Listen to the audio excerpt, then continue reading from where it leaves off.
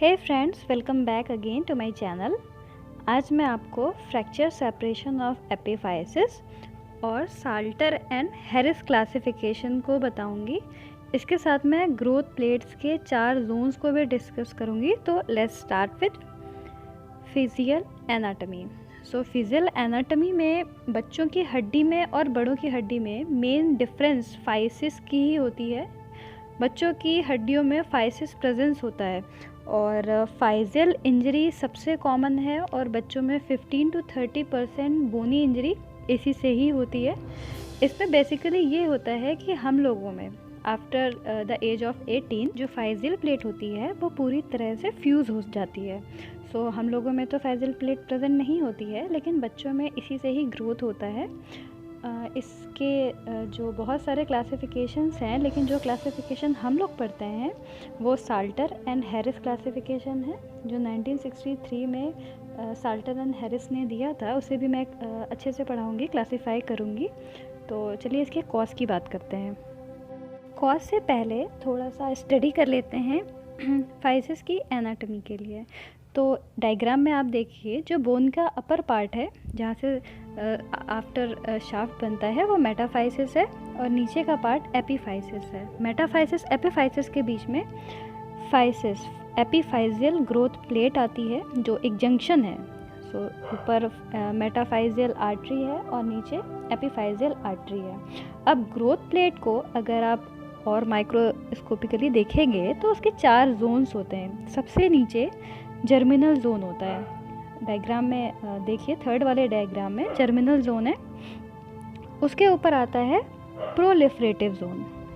Proliferative zone ही speed up करता है, ऊपर की तरफ बोन को बढ़ाता है। फिर आता है हाइपरट्रोफिक जोन। हाइपरट्रोफिक जोन एक ऐसा जोन है जहाँ पे कॉमनस फ्रैक्चर होते हैं। ये एक कल्प्रिट समझ लीजिए, क्योंकि ये वीकेस्ट पार्ट होता है फ्रैक्चर करने का। ये कल्प्रिट है क्योंकि ये वीकेस्ट है, तो इसमें कैल्शियम लो होता है, जो मेटाबॉलिक एक्टिविटी इसमें प्रेजेंट होती है, और कोलेजन एंड क्लासिफाइड टिश्यूज़ इसमें एब्सेंट होते हैं। और क्योंकि ये शेयरिंग स्ट्रेस झेल नहीं पाता, इसलिए ये वीक होता है। ये मैंने बात की हाइपरट्रॉफिक जोन की, जो कि कॉमनस्ट फ्रैक्चर जोन है। And the last is zone of provisional calcification. ये death of chondrocytes and production of AP करता है। मेनली कार्टिलेज मैट्रिक्स इसमें क्लासिफाइड होते हैं। ये 4 जोन्स हमने पढ़े ग्रोथ प्लेट के। यही 4 जोन होते हैं जो ग्रोथ प्लेट के 4 पार्ट्स होते हैं। तो इतना हम लोगों ने पढ़ा एनाटॉमी ऑफ फाइसिस, मतलब ग्रोथ प्लेट से, जिससे कि बच्चों में जो ग्रोथ होता है तो यहीं से हड्डी बढ़ती है। ऐसा आप समझ सकते हैं कि यहीं से हड्डी ग्रो करती है। हम लोगों में ये फ्यूज़ हो जाता है, तो आप जानते हैं 18 के बाद हाइट नहीं बढ़ती, वो इसीलिए नहीं बढ़ती क्योंकि यही फ्यूज़ हो जाता है। और बच्चों में यही हाइट इंक्रीज़ करता है क्योंकि अडल्ट में फ्यूज़ हो चुका है। और ये जो कार्टिलेज प्लेट है एपिफाइसिस को मेटाफाइसिस से अलग करता है। ठीक है, अब हम इसके कॉज के बारे में पढ़ते हैं। तो चलिए कॉज की तरफ। अगर मैं कॉज की बात करूं तो ग्रोथ प्लेट फ्रैक्चर होने का बहुत सारे रीजंस हो सकते हैं। तो कहीं से भी गिरना, किसी पेड़ से गिर जाते हैं बच्चे, या फिर तो मेनली कार एक्सीडेंट्स या रोड ट्रैफिक एक्सीडेंट्स, या किसी भी प्रकार के एक्सीडेंट से, या एक ही हड्डी पे बार बार फ्रैक्चर होना, उसी बोन पर बार बार स्ट्रेस पड़ना ही स्ट्रेस फ्रैक्चर कहलाता है। ये स्पोर्ट्स एक्टिविटी में सबसे ज़्यादा देखने को मिलता है। इसके मेनली कॉज यही होते हैं। अगर बच्चा आउट स्ट्रेच्ड हैंड से पेड़ से गिर गया, या फिर तो किसी प्रकार का कॉम्प्रेशन हो गया, क्योंकि सॉल्टर क्लासिफिकेशन में जो टाइप 5 है उसमें कॉम्प्रेशन ही होता है, वो मैं आपको फर्दर बताऊंगी। सो मेनली कॉजेज़ में कार एक्सीडेंट्स या फिर किसी ऊंचाई से गिरना, तो उससे क्या होता है, जो उसका एपिफाइसिस एरिया होता है वहीं पे मेनली इंजर्ड होता है बच्चा। Epiphysis, fracture of separation of epiphysis ही मैं पढ़ा रही हूँ। सो बेसिकली ये हो गया उसका कॉज। अब मैं आपको साल्टर एंड हैरिस के क्लासिफिकेशंस बताऊंगी एक एक करके। टोटल 5 क्लासिफिकेशंस है। तो पहली क्लासिफिकेशन से शुरू करते हैं। बहुत सारे ऑर्थोपेडिक सर्जन्स ने अपने अपने फ्रैक्चर्स को क्लासिफाई किया है, लेकिन जो हम लोग पढ़ते हैं वो साल्टर्स एंड हैरिस 1963 में दिया था इन्होंने, वो पढ़ते हैं क्योंकि ये कॉमनेस्ट है और बेसिकली थेराप्यूटिकली इसे यूज़ करते हैं ऑपरेशन पर्पस के लिए। तो इन्होंने 5 टाइप्स बताए थे। सो ये टाइप 1 है, ये मेनली न्यूबॉर्न्स और यंग चिल्ड्रंस में कॉमन होता है और टोटल इसमें 6% बच्चे में ये देखने को मिलता है। इसमें जो मैंने आपको ग्रोथ प्लेट की जो 4 आपको जोन्स बताए थे, उसमें जो हाइपरट्रॉफिक जिसे वीकेस्ट मैंने बताया था, इसमें वही हाइपरट्रॉफिक जो लेयर होती है वहीं पे फ्रैक्चर होता है। इसका डायग्राम मैं अभी आपको दिखाऊंगी। इसमें हम लोग जो टेक्निक यूज़ करते हैं वो क्लोज्ड मैनिपुलेटिव टेक्निक CMT। इसमें ये करते हैं कि बोन को बाहर से ही बिना कटिंग के ही बैठाते हैं इसमें रिडक्शन टेक्निक से। जैसे हड्डी को बैठाना वही है ये, हड्डी को बैठाकर बाहर से कास्ट या POP लगा देते हैं। इससे बच्चों में आप जानते हैं कि बच्चों में जो बोन्स होती हैं वो जल्दी जुड़ जाती हैं, तो कास्ट और POP लगाने से जो भी इंजरी है वो अपने सारे स्टेजेस क्लियर करके रीमॉडलिंग एंड क्लासिफिकेशन करके वो जल्दी से वो बोन जुड़ जाएगी, क्योंकि बच्चों में आप जानते हैं कि बोन्स जल्दी जुड़ती हैं as we compare with the adults. इसमें हम लोग करते ये हैं कि जो ओपन रिडक्शन, इसी का अगर मैं ओपन रिडक्शन की बात करूँ, ओपन रिडक्शन में जैसे मल्टीपल फ्रैक्चर है तो open reduction with internal fixation ORIF, ये आप अच्छे से सुन लीजिए। ORIF टेक्निक ये काफ़ी आपको आगे भी मिलेगी। ORIF टेक्निक, O मतलब ओपन, R मतलब reduction, with IF internal fixation. इसमें हम लोग ORIF टेक्निक यूज़ नहीं करते हैं, मैं आपको जनरली बात बता दे रही हूँ ORIF टेक्निक की। तो ORIF टेक्निक में हम लोग जो अगर मल्टीपल फ्रैक्चर हुआ है बोन में तो स्मॉल पार्ट्स को स्क्रू से जोड़ते हैं। ये आप टाइप 4 और टाइप 5 में करेंगे, तो इसलिए मैं आपको ORIF टेक्निक पहले से समझा दे रही हूँ। लेकिन टाइप 1 में जो आपको करना है वो आपको closed manipulative technique with cast and POP यही करना है। स्प्लिंटिंग और देन कास्टिंग करनी है आपको, ऊपर से POP लगा देना है। सो बेसिकली दो, या तो अगर इंटरनल फिक्सेशन और एक्सटर्नल फिक्सेशन, 2 तरह के फिक्सेशन है। सो इंटरनल फिक्सेशन में स्मॉल पार्ट्स को स्क्रू से जोड़ देंगे और जो एक्सटर्नल फिक्सेशन करेंगे सो स्किन के बाहर पियर्स करते हैं और क्लोज करने के बाद फिक्सेट करते हैं। लेकिन हम लोग टाइप 1 में ORIF टेक्निक यूज़ नहीं करेंगे, CMT विथ कास्टिंग और POP ये टेक्निक हम लोग इस्तेमाल करेंगे टाइप 1 में। सो अगर मैं इसके डायग्राम की बात करूं, सो डायग्राम में आप देखेंगे ये टाइप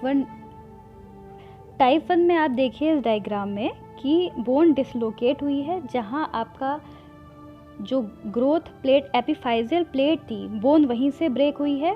एपिफाइसिस और मेटाफाइसिस में ज़रा सी भी दिक्कत नहीं आई है, जो भी प्रॉब्लम है वो आपके ग्रोथ प्लेट में है। सो ये आराम से मैनिपुलेट होके कास्ट या POP से जुड़ जाएगी, कोई प्रॉब्लम नहीं होगी और बच्चा बहुत जल्दी हील हो जाएगा। सो साल्टर एंड हैरिस ने क्लासिफिकेशन में टाइप 1 में ये बताया था। सो इसमें closed manipulative reduction technique use करेंगे। सो ये आपका टाइप 1 है। अब मैं टाइप 2 की बात करूँगी।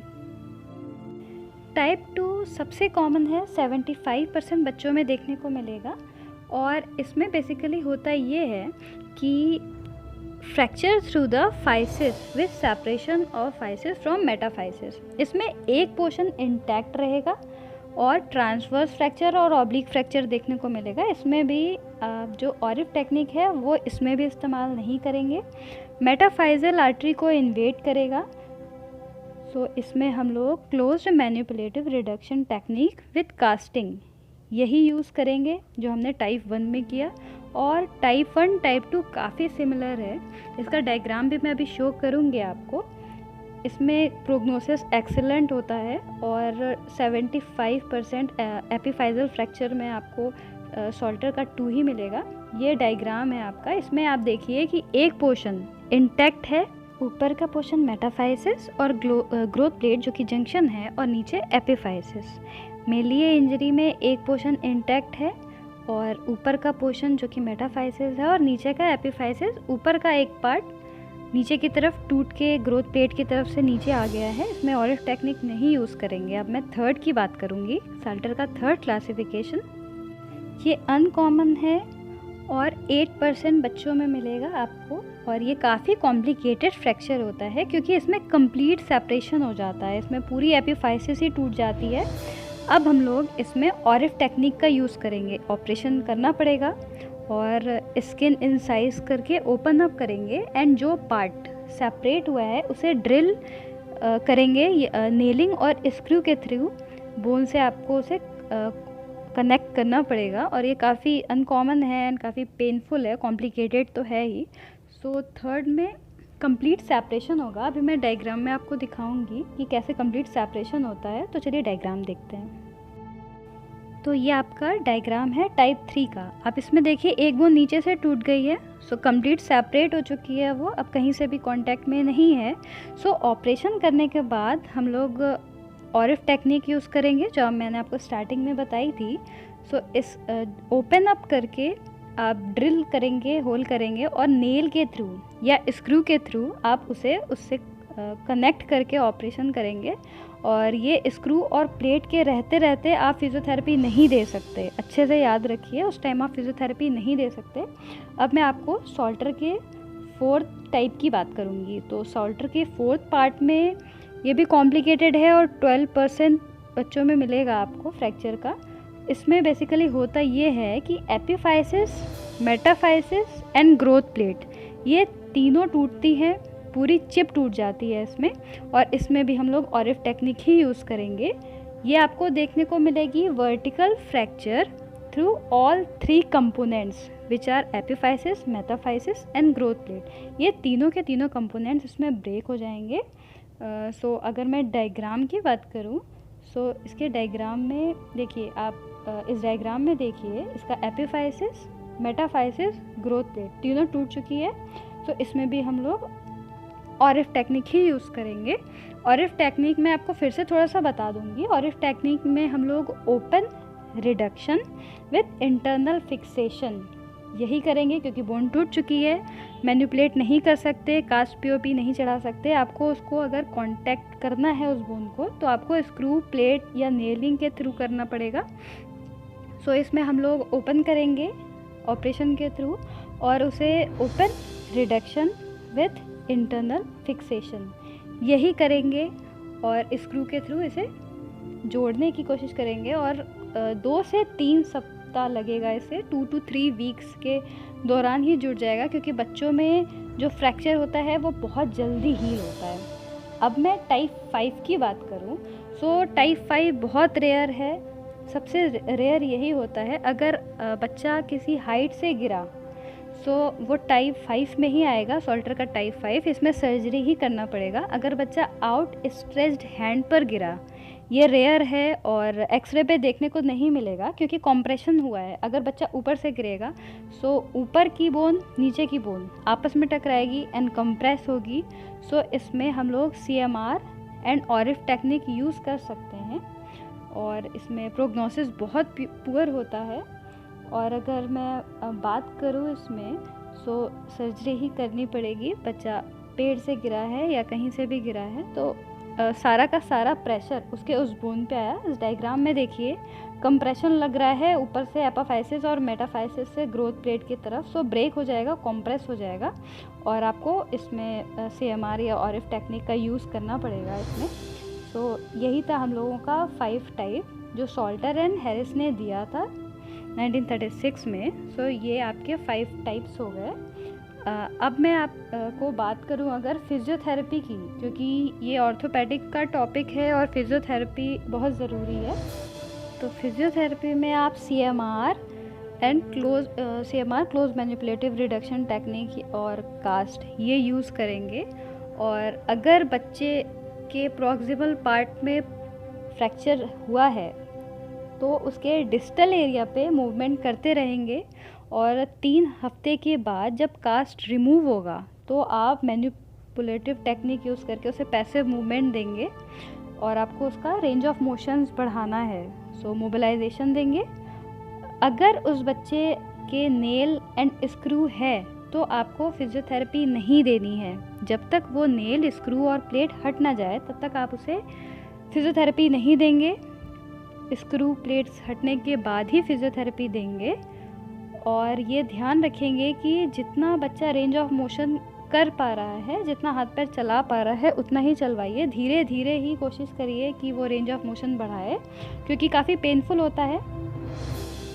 इतने दिन से अगर मूवमेंट नहीं हुई है और आप अचानक से मूवमेंट करेंगे तो उस पोर्शन में काफ़ी पेन भी होगा, क्योंकि वो बिल्कुल जाम हो चुका है। सो इसमें होगा ये कि अगर बच्चा रेंज ऑफ मोशन नहीं बढ़ा पा रहा है, धीरे धीरे ही बढ़ा रहा है, तो आप उसी वे में उसे कोशिश करिए कि धीरे धीरे ही रेंज ऑफ मोशन बढ़ाए। अगर आप जर्की वे में कोशिश करेंगे तो बहुत पेनफुल भी रह सकता है, क्योंकि आपको उसका रेंज ऑफ मोशन बढ़ाना है, वो बच्चा ही है। सो धीरे धीरे ही कोशिश करें कि उसका रेंज ऑफ मोशन बढ़े। और ये ध्यान रखें कि स्क्रू प्लेट ना लगी हो। हम लोगों के कंपैरिजन में छोटे बच्चों की हीलिंग बोन्स की ज़्यादा जल्दी होती है। हम लोगों में काफ़ी टाइम लगता है हील होने में, लेकिन बच्चों में 3 to 4 वीक्स में हीलिंग हो जाती है। जो भी रीमॉडलिंग एंड कैल्सिफिकेशन का जो भी हीलिंग का प्रोसेस होता है वो बच्चों में जल्दी होता है हम लोगों के कंपैरिजन में। अब मैं अगर डायग्राम की बात करूँ इसका नेलिंग का, तो आप नेलिंग से देखिए, इसमें बोन को इंटैक्ट करने के लिए नेल लिंक का यूज़ किया गया है। कंप्लीट सेपरेशन हुआ है, ये टाइप 3 में देखा हमने, जो कि अनकॉमन होता है और पूरी एपिफाइसिस टूट चुकी है। सो उसको उस प्लेस पे ऑपरेशन के बाद उस बोन को उस प्लेस पे रख के नेल का इस्तेमाल किया है, होल ड्रिल करके नेलिंग की हुई है। उसके बाद इस बोन को वहीं फिक्स किया गया है। सो आज का वीडियो यहीं तक है। मैंने इसमें आपको जो भी बताया वो मैं फिर से रिपीट कर देती हूँ। फ्रैक्चर सेपरेशन ऑफ एपिफाइसिस बताया मैंने, फाइजल एनाटमी भी बताई आपको, जिसमें उसके 4 जोन्स को मैंने क्लियर किया, एंड देन उसका कॉज बताया, और उसके जो भी 5 टाइप्स थे जो कि सॉल्टर एंड हैरिस ने 1963 में दिया था, उसे मैंने क्लासीफाई किया। और जो डायग्राम के साथ मैंने आपको टाइप 1 से टाइप 5 तक बताया। सो बेसिकली लेक्चर आज का यहीं तक था। आई होप आपको समझ में आया होगा। मैंने बहुत क्लियरली बताया विद डायग्राम। आई होप आपको समझ में आया होगा। Thank you for watching my video. Keep smiling.